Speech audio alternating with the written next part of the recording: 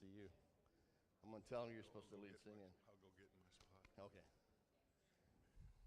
Okay. Good morning. This morning we're going to be talking about the dragon and the two beasts. The dragon and the two beasts. We're actually in Revelations 12 and 13. And we'll also touch the very front part of 14. Chapter 11, if you remember last week, it concluded with references to judging the dead, rewarding servants of God, and opening of the temple in heaven, opening of God's temple in heaven. And that would have been, as I said last week, that had been a really fitting place to end the book, because John has covered everything. He's talked about, what's going on in the world. So it would have been a perfect place to stop, and yet John doesn't do that. John decides to give us a third vision and share with us. Why do you think he did it 3 times? Why would John use 3 visions?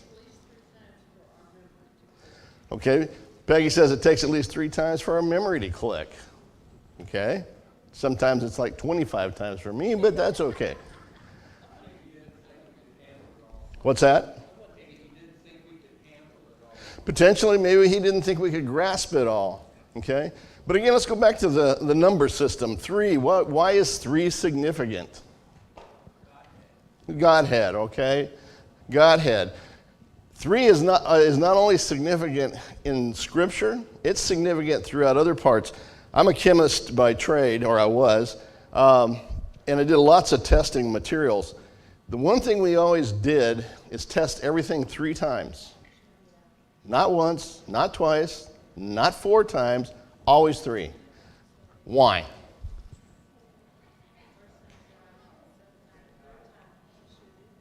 The 3rd time assures the results of the first 2 results, okay?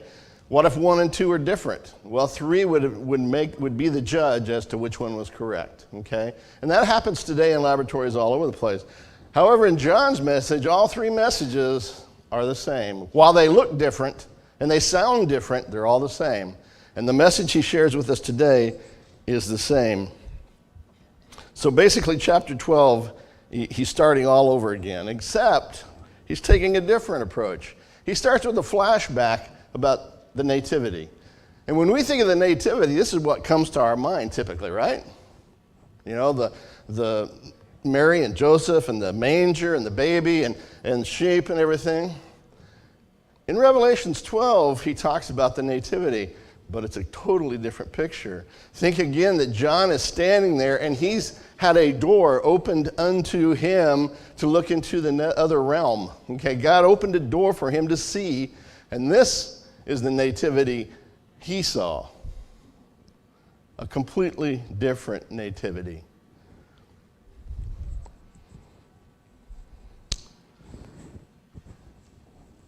A great sign appeared in heaven.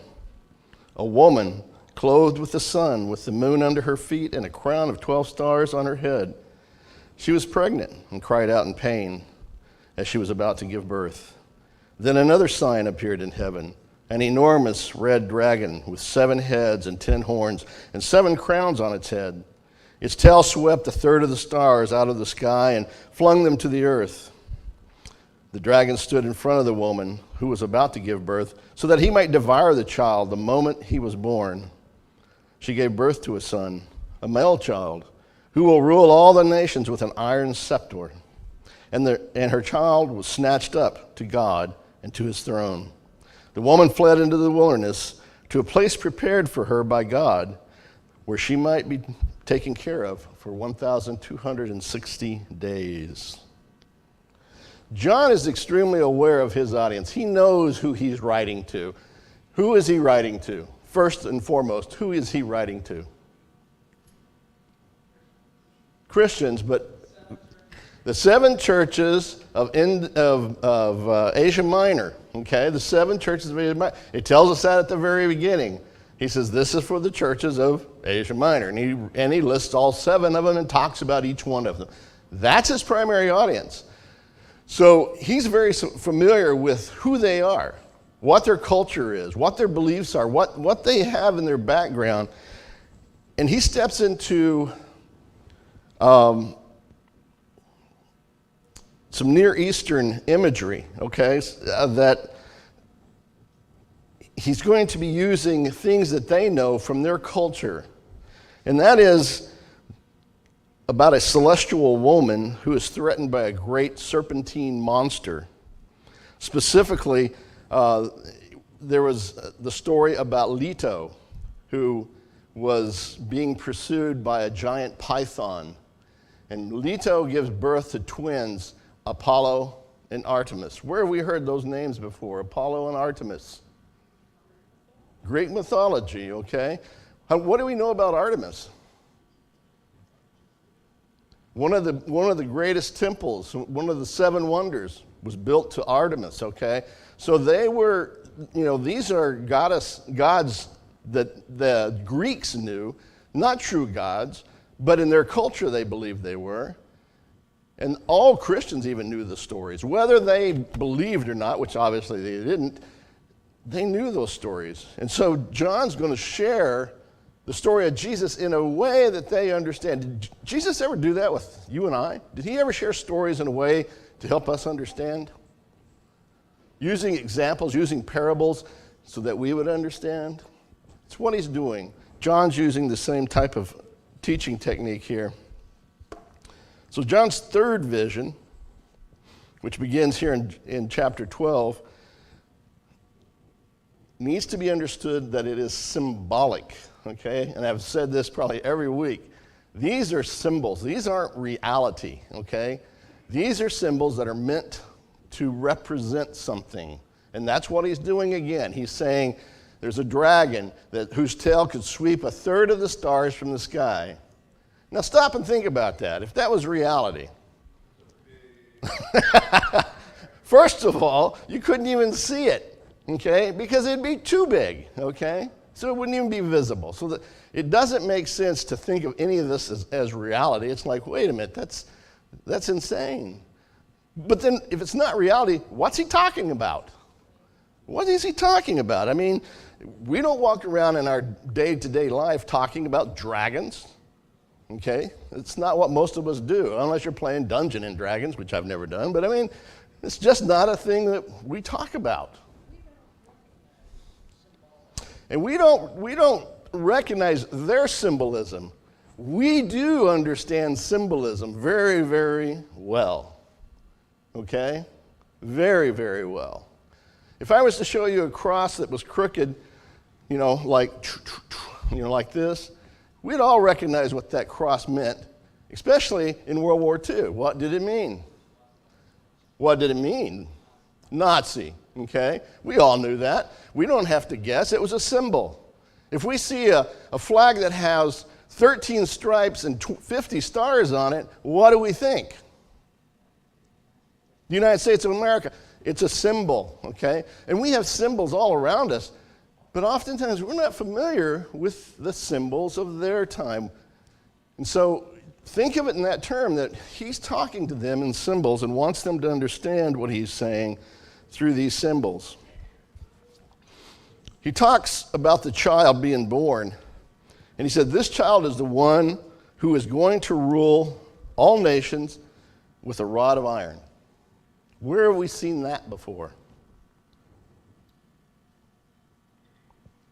It's actually a reference to Psalms, the 2nd chapter, 7 and 9, okay?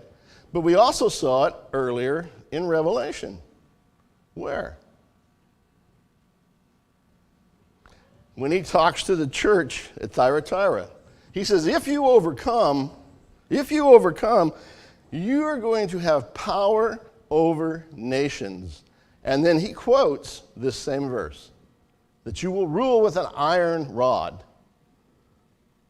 So again, John is letting them know that this person he is talking about, this child, this baby in the nativity scene is Christ, is Jesus Christ. Then a war broke out in heaven. Michael and his angels fought against the dragon, and the dragon and his angels fought back. But he was not strong enough, and they lost their place in heaven. The great dragon was hurled down, and the ancient serpent, called the devil or Satan, who leads the whole world astray, he was hurled to the earth and his angels with him. And so when we see this in our mind, a lot of times we picture a real battle in heaven. And it's Satan standing up there and he's duking it out with this archangel named Michael. And they're duking it out and fighting it out. And that's how our minds think sometimes. And that's how my mind goes. Yes, ma'am? But because we don't live in a symbolic. We don't live in the symbolic world, do we? No, we live in, yeah. Initially, We have to kind of dig into this. And so here he is. He's saying there's a battle between Michael and the angels, and the dragon is kicked out of heaven. What does that mean? What does it mean the devil was kicked from heaven? Well, let's go back to Job. Let's go all the way back to Job and help us understand this. God's sitting there. Satan walks up to God and says, hey, look at me, I'm pretty cool. And I can get people to do whatever they want to. I'm in charge. And God says what? Look at my servant Job. He won't do it. He won't bow down to you. He won't honor you. Well, that's because you protect him. You give him everything he wants. He's got land and money. He's got great family. You give him everything. No wonder he doesn't, he loves you. And God says, okay, take him away. Do what you will. And God allows Satan to take him away, strip him of all that stuff, okay? And Job hates God for it. Right? No. Job says, no, I love God. And those things happen, and God is still my God. And he honors God. And Job says, and so Satan comes back to God, and he says, well, yeah, but you protected him. You let me take away earthly things, but you protected him. God says, do what you will. Don't kill him. And so Satan goes back down, and he gives him the worst ailment I can think of, boils all over his body, staphylococcus infection all over his body, okay? So bad that he's scraping himself with pottery trying to open them so that they would heal. And he's in misery, and he hates God. No, he doesn't. He still loves God, and he still honors God. if you're doing your daily Bible reading, that's exactly where they are right Okay, good. She said that's where the daily Bible reading is right now. So you have that picture, Satan talking to God in there, and he's tormenting people. Along comes Jesus Christ. He is born, and it says that God, to protect him, snatched him into heaven, took him out of the jaws of the dragon. Who's the dragon? Satan. Took him out of his jaws and took him to heaven. Now, we know that didn't happen immediately. It happened over years. And God, throughout that time, he protected Jesus, didn't he? At birth, he protected Jesus. He said, get out of here. Get down to Egypt. Be protected. They went to Egypt. Jesus was in crowds that wanted to kill him, who were coming to take him either for bad purposes or good purposes. And God protected him, and he was able to walk through the crowd untouched. How would that happen? God was protecting him. And eventually, God allows him to be put to death and taken to heaven, where God enthrones him. Now, Satan is enraged by this. Why? You'd think he'd be happy, because Jesus has been killed. I got him. I killed him. Can you imagine how victorious he felt, how victorious Satan felt when he killed Jesus? It wasn't me or you. I mean, in the sense it was, but it was Satan. Put him to death. But he knew what the outcome was. Satan didn't know what the outcome was going to be. No. Satan didn't know what was going to happen. He thought he won. I won. Woohoo. No. You won the battle. And Revelations is all about battles. But as I told you before, we already know who won the war. Okay, spoiler alert, God wins. That's it. I mean, that's it. And God says, now, he's alive. He's not dead. And he's sitting at my right hand. That infuriates the devil. That infuriates him to the point that he just can't stand it. And God says, you know what? You can no longer come before me and say blasphemous things about other people. He can't come to God and say bad things about Peggy like he did with Job. He can't do that anymore. Because why? He was cast out of heaven. What cast him out of heaven? God, but how was he cast? What did it? It's not that. Jesus did it because he redeemed you and I by his blood so that we stand what in front of God? We stand blameless, perfect in front of God. Well, that's me. I'm blameless. I'm perfect. Really? You look at me and you say, I'm not so sure about that. And we look at the outside of other people and we say the same thing about them. Well, they're not a very good person. Are they redeemed? Have they accepted Jesus and been baptized and put on Christ? Are they redeemed? If they are perfect. God's blood keeps them redeemed. Yeah, we go to God and we've got sin, but you know what? Jesus says, I cover that. I'm taking care of that for you. And so Satan has nothing to say about us anymore in God's presence. He's done with that. And he is not a happy camper. He is not a happy camper. And that's what he talks about in these next verses. Now I've come to salvation and the power and the kingdom of our God and the authority of his Messiah. For the accuser of our brothers and sisters who accuses them before our God day and night has been hurled down. They triumphed over him by the blood of the Lamb and by the word of the testimony. They did not love their lives so much as to shrink from death. Therefore rejoice, you heavens, and you who dwell in them. But woe to the earth and the sea, because the devil has gone down to you. He is filled with fury, because he knows his time is short. Satan is extremely angry and frustrated. Why? Because he can no longer approach us and condemn and confront us with our sin, because God is there to do it. So how does Satan come after us now? What is it that Satan does now to attack us when he says, woe to the earth? He's coming down there. You guys, he says, woe to the earth and sea, because the devil has gone down to you. He was up there. Now he's down here. What does that mean? He's come down to you. How does Satan attack us today? Well, we look around at others and we say, well, death and sickness and all those things. That's not how he attacks Christians. Yeah, we have all those things, but we know that those things are just earthly things. When I die, when I have a disease, when I have cancer, heart attack, okay, I die. So, I win. Right? I mean, isn't that true? To live is Christ, to die is. We don't believe that too often. We just don't believe it. We fight to stay alive so hard, but he says, if I die, it's gain. I win. And so, yeah, we have all these things, and we say, well, Satan attacks us that way. Yeah, but that's not how he really gets you and me as a Christian. How does Satan come after you and I as a Christian?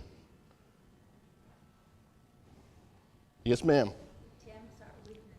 He tempts our weaknesses. What else does he do? He gets in our head. Yes, ma'am. Creates mistrust.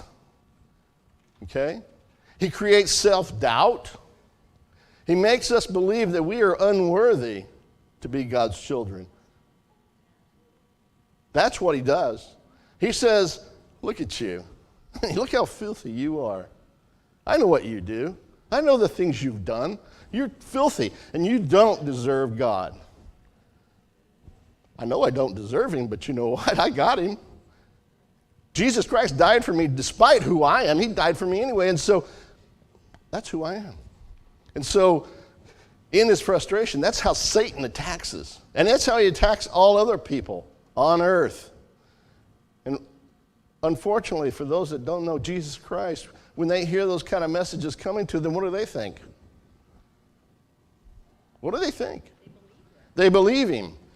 They believe him, and that belief leads to what? Destruction. Physical destruction, mental destruction. We see people doing things that you would never expect people to do. Yesterday in Allen, Texas, where my daughter is, 8 people were killed. Okay? Killed. Why? Don't know why. Guy just decides to start shooting people. Why would he do that? Because he believed the lies of Satan. Satan got into him and gave him enough doubt about who he was and what things were around him and that there is no God, that he was able to do those type of things without conscience.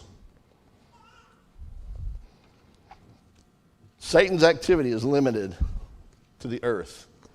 It's not in heaven anymore. And when the dragon saw that he had been hurled to the earth, he pursued the woman who had given birth to the male child. The woman was given the 2 wings of a great eagle so that she might fly to a place prepared for her in the wilderness where she would be taken care of for a times and a half time out of the serpent's reach. And then from the mouth of the serpent spewed water like a river to overtake the woman and sweep her away with the torrent. But the earth helped the woman by opening its mouth and swallowing the river that the dragon had spewed out of his mouth. Then the dragon was enraged at the woman, and he went off to wage war against the rest of her offspring, those who keep God's commands and hold fast their testimony about Jesus. Wow. That's interesting stuff. The dragon chases her down, goes after her to get her. God's going to protect her. What visions or what images come to your head from previous stories in Scripture about wilderness, delivered on the wings of eagles, being fed in a wilderness? What is he talking about? What is he trying to remind them of? Who?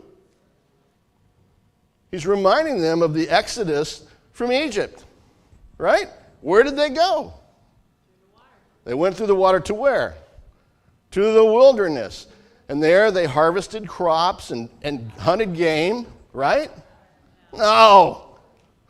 There was nothing there to sustain them. Nothing. No food. No water. They would have died in a very short time, right? I mean, we're not talking 1 or 2 people, okay? It could have been a million people. It was a bunch of people. And they're into the wilderness. God protects them. How did God protect the children of Israel in Egypt? He fed them. What did he feed them? He fed them manna and quail, and he gave them water. Okay? What does he promise the church of Smyrna if they are faithful to God? To eat of the hidden manna. Okay? Again, he's using the Old Testament to refresh their minds about the realities of their time. And here is it in their time. Okay? And it says that she is delivered on the wings of an eagle. That's a reference also. Okay? That's also a reference of the deliverance of who? The Israelites through the Red Sea. Okay? And that's found in Exodus 19:4. But the earth, and so then Satan opens his mouth and spews forth a river to overtake the woman. Well, let's stop a minute. Who is this woman? She gave birth to Jesus. Who is she? Mary. How many of you think she's Mary? Well, no, that's it. My next thing. Actually, she could be Eve because it's the rest of her offspring. Okay. And she was the mother of all. Okay, maybe Eve. Okay. Again, let's not get wrapped up into real things. We're talking symbols. Okay? Symbolic. Yes, sir. Some scholars think it's Old Testament Israel that brought the fruition of Jesus coming into the world because they basically kept the law and kept all Exactly. and then from that nucleus or remnant is the church. Good. So, did you hear that? What he said was, and most scholars that are the spiritual approach believe that what he's talking about is not a person. He's talking about the faithful of Israel, God's chosen people. What was so special about them? What was so special about Israel? They have the lineage up to the Messiah. They bring us Jesus Christ, the Israelites. That's who brings us Jesus Christ, not the Gentiles. It's that group of people who was honored to birth that child. He's not talking about Mary. He's not talking about Eve. He's talking about the faithful of God. Yes? Their word is really more about the people as a culture, as a set of those who trusted God. Exactly. Their heritage. These are the people who have followed God, and that's who this woman is, okay? And this woman is the one who... Israel, his bride.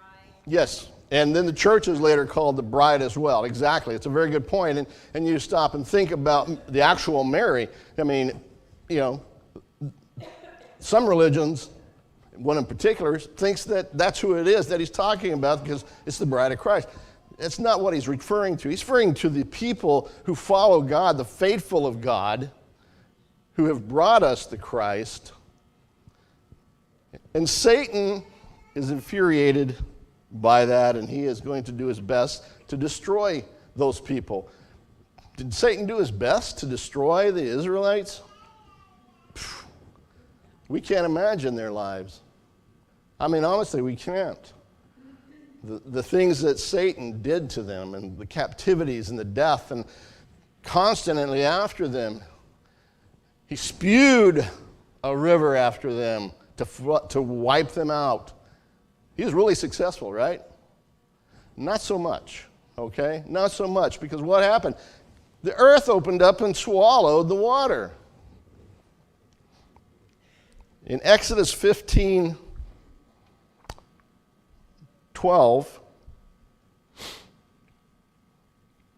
you stretch out your right hand, and the earth swallows your enemies. Speaking of what? Pharaoh and his army as they crossed the Red Sea. And what?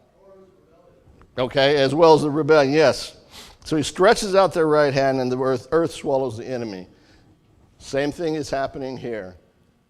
The earth opens and swallows the river, the enemy. Though that attacking Satan, he swallows. You can't imagine that would make Satan very happy.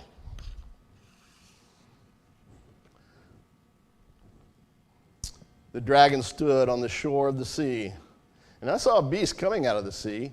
It had 10 horns and 7 heads and 10 crowns on its horns, and on each head a blasphemous name.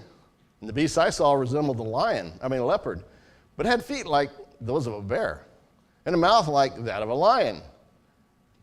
The dragon gave the beast his power and his throne and great authority. One of the heads of the beast seemed to have a fatal wound, but the fatal wound had been healed.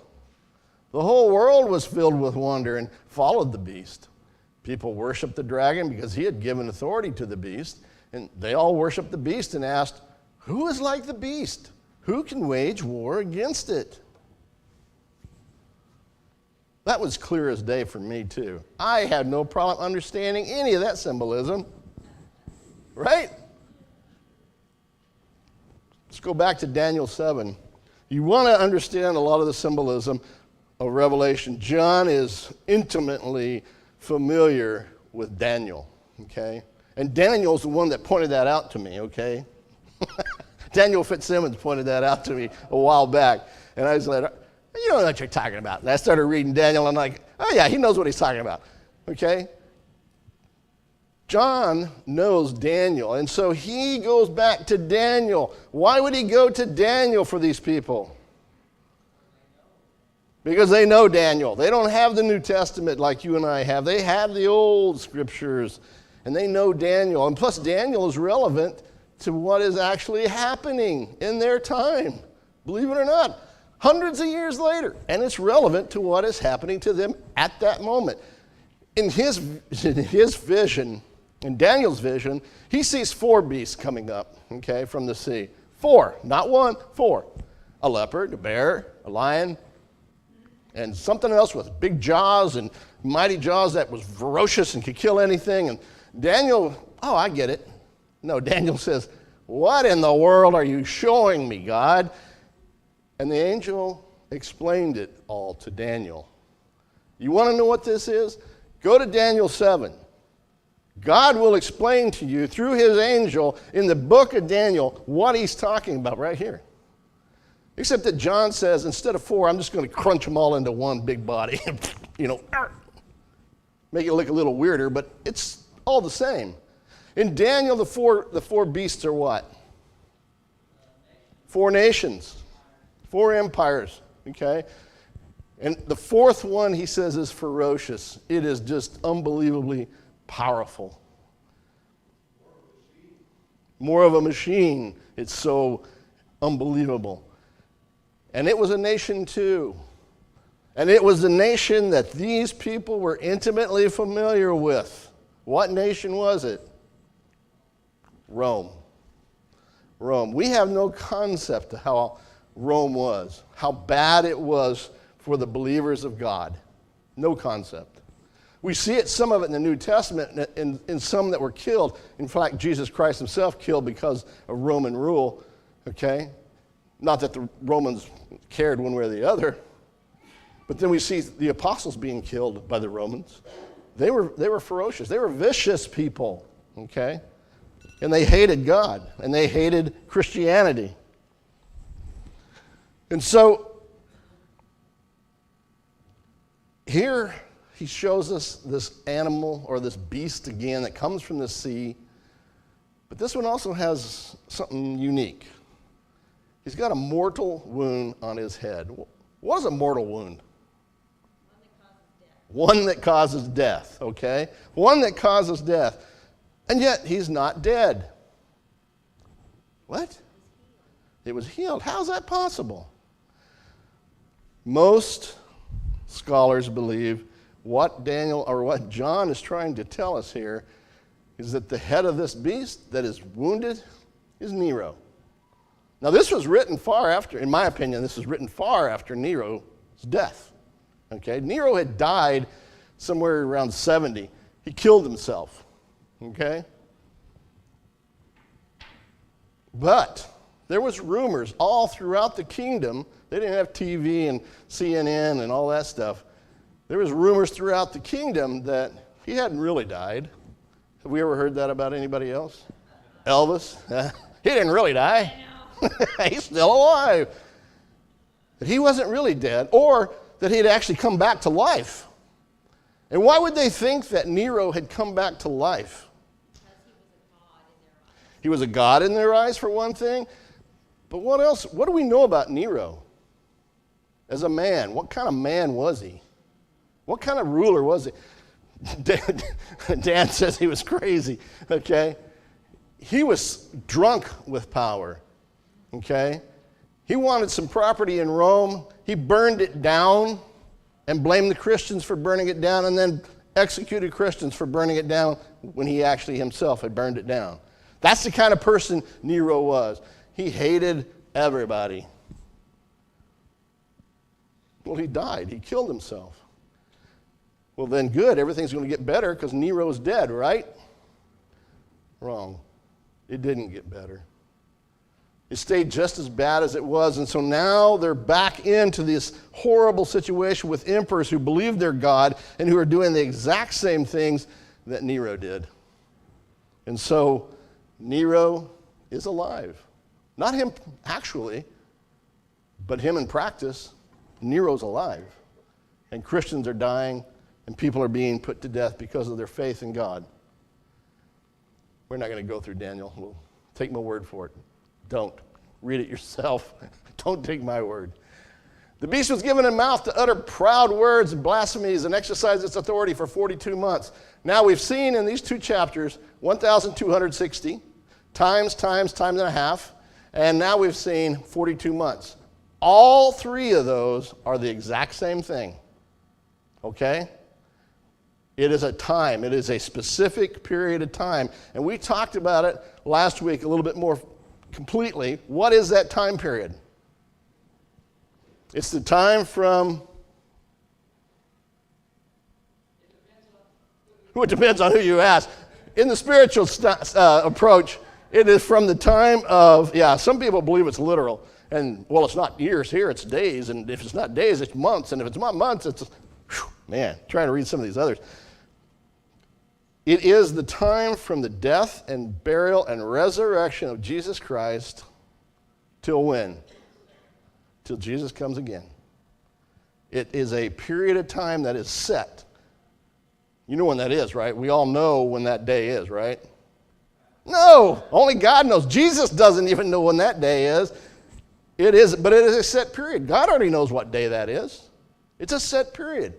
And he says, for that amount of time. And he was given power to wage war against God's holy people and to conquer them and to give authority over every tribe, people, language, and nation, and all the inhabitants of the earth will worship the beast, all whose names have been written in the Lamb's book of life, the Lamb who was slain from the creation.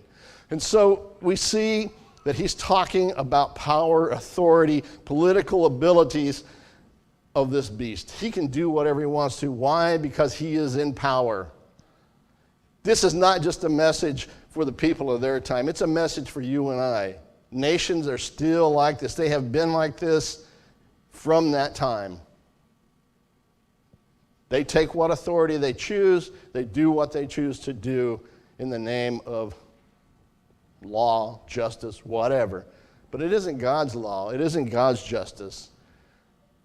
But it all is aimed at you and I. Why? Because Satan does not like us. He wants to reclaim us. He can't, but he wants to. Whoever has ears, let him hear. If anyone is to go into captivity they will go. If anyone is to be killed with a sword they will be killed. This calls for patient endurance and faithfulness on the part of God's people. Why would he end it with that? Because he's telling us, you're not going to escape persecution. You're not going to escape illness. You're not going to escape even death from these people. Yeah, I know you're a Christian. I know you're my child, but you're not going to escape these things. I may enslave you. Go. If I enslave you, go. I may kill you with the sword, but if I kill you with the sword, so you're killed with the sword. He's not being flippant. But he's saying our place is assured. Our place with God is assured. Doesn't matter what happens to you and I. We're assured of a place with God.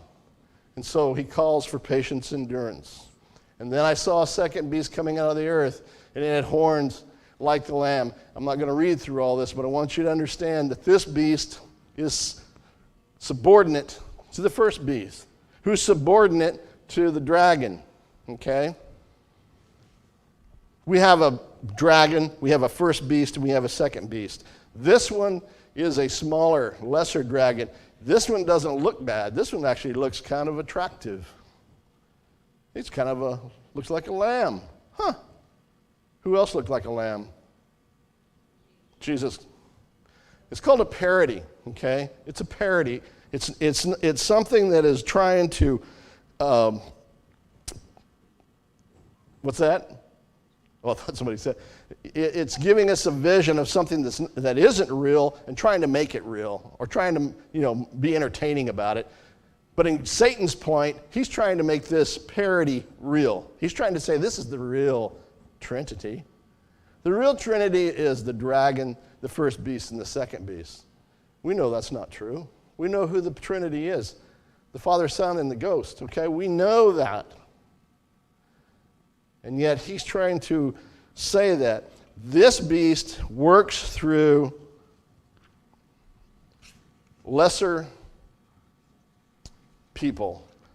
These are the people who run cities. These are the people who run businesses. These are the people who are in authority, but not the great authority of a political person. These are lesser people. And they spread the same lies and authority that does the dragon, that does the beast, the first beast. And these are people who are still intimidating the Christians in the 7 cities that he's talking about. It isn't Nero coming there. It isn't Domitian coming there after these people. It's these authorities who are arresting them. It's these authorities who are reporting them. And these are the ones that they have to be concerned about. So a parody is what you get when someone produces a fake that looks real but isn't. Sometimes it's done deliberate for a comic effect. Sometimes it's done with the intent to deceive. And if you deceive enough people, what happens? You gain power. And it becomes reality. We deceive enough people, and it becomes reality. The parody of the Roman Empire was putting itself as a world leader. It was in charge. It was the one that could do everything, took care of everybody, right? No, they thought they were. It was a good parody, but they weren't. The second monster was subordinate to it. It was the local elites. He talks about the mark of the beast. Excuse me, about the mark of the beast. It also forced all the great people and small, rich and poor, free and slave, to receive the mark on their right hands and on their foreheads, so that they could not buy or sell unless they had the mark, which is the name of the beast or the number of its name. He is not talking about a literal mark on their hands, okay? How do we know somebody is a child of Satan, who is not a child of God? How do we know that? By their behavior, the things they do, the things they say, the things or the way they live their life. That is the mark of the beast, okay?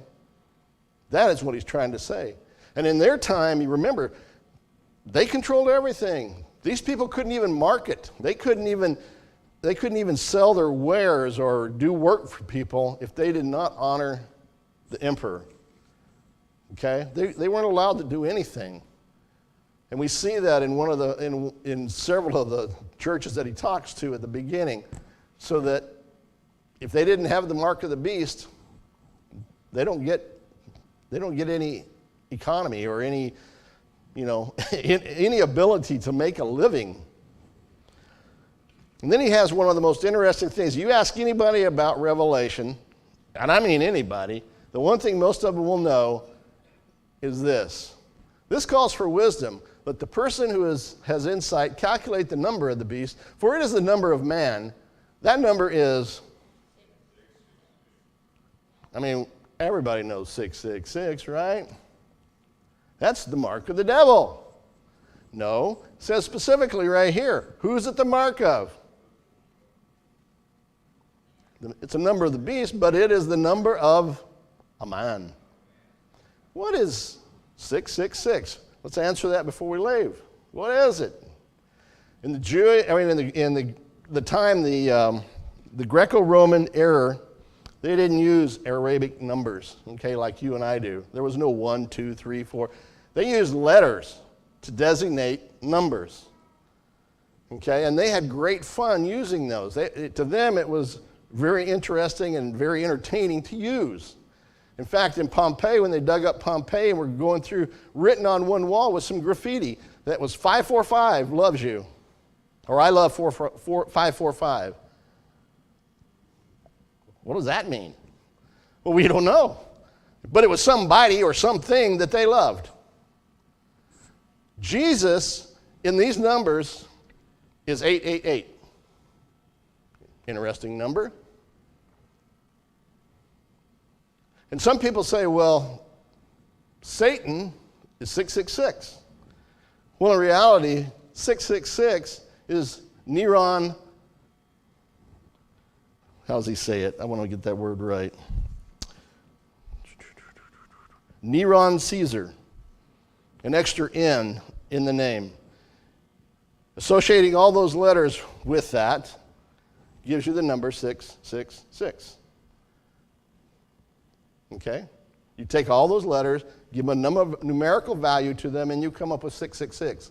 Interestingly enough, some manuscripts don't have 666. They have 616.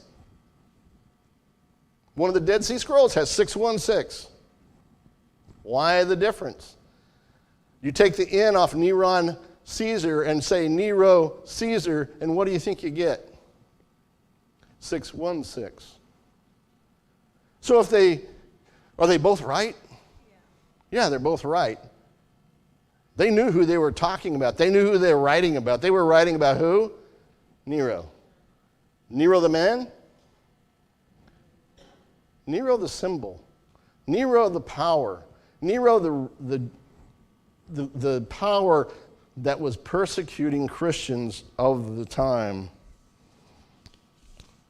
If you want to see a copy of that alphabet so you can play with your name, more power to you. You probably have to have Dan spell your name in Greek for you, though. I want to just go through this and then we're done. Because he ends it with that. He identifies Satan. Some people say he uses 666 because it's one less than 777. 777 would be what? Absolute perfect, right? Yeah, absolute perfection. All right? So it's one less than absolute perfection. It's always going to be perfectly incomplete, they say. There might be a little problem with that because it's not really 666. It's 660 and 6. Okay? That's what it really is. And so, a little bit of issue there. Yes, sir? I specifically remember a scripture in either Proverbs or Psalms where it says, there are 6 things that are abomination to the Lord. Yea, no. Exactly. Complete. So let's look at this. He's told them, this is the things that are happening. This is what Satan's trying to do. God is here as your protector. And then he ends it in this room by saying, then I looked and there was the Lamb standing on Mount Zion, and with him 144,000 who had the name, his father's name written on their foreheads. And I heard a sound from heaven like the roar of rushing waters and sound of peal of thunder. And a sound I heard was like that of harpists playing the harps, and the new song. And they sang a new song before the throne, before the 4 living creatures and the elders. No one could learn the song except the 144,000 who had been redeemed from the earth. These are those who did not defile themselves with women, for they remained virgins. They follow the Lamb wherever he goes. They were purchased from among mankind and offered as first fruits to God and the Lamb. No lie was found in their mouths. They are blameless. We saw many of these same things in the other visions. 144,000 are who? They're the numberless crowd. They are who? They're Christians, those who have followed God, okay? That's who the 144,000, and they're all virgins and not defiled by women. That's clear as mud. Okay, we're done. What does he mean they're virgins? My dad died. He wasn't a virgin because I'm here. What does it mean? It means they're clean. Clean in what sense? They have not defiled themselves with women. What women? The idols and the false gods of the world. They have remained pure. Okay? How do we remain pure when we're not pure to begin with? We accept Jesus Christ, buried in baptism, and we are made clean and pure. That's who he's talking about. Those are the virgins. You and me, okay? We have been washed in the blood of Jesus Christ. We are pure. We are undefiled. We have not defiled ourselves with idols and other gods. Thank you very much.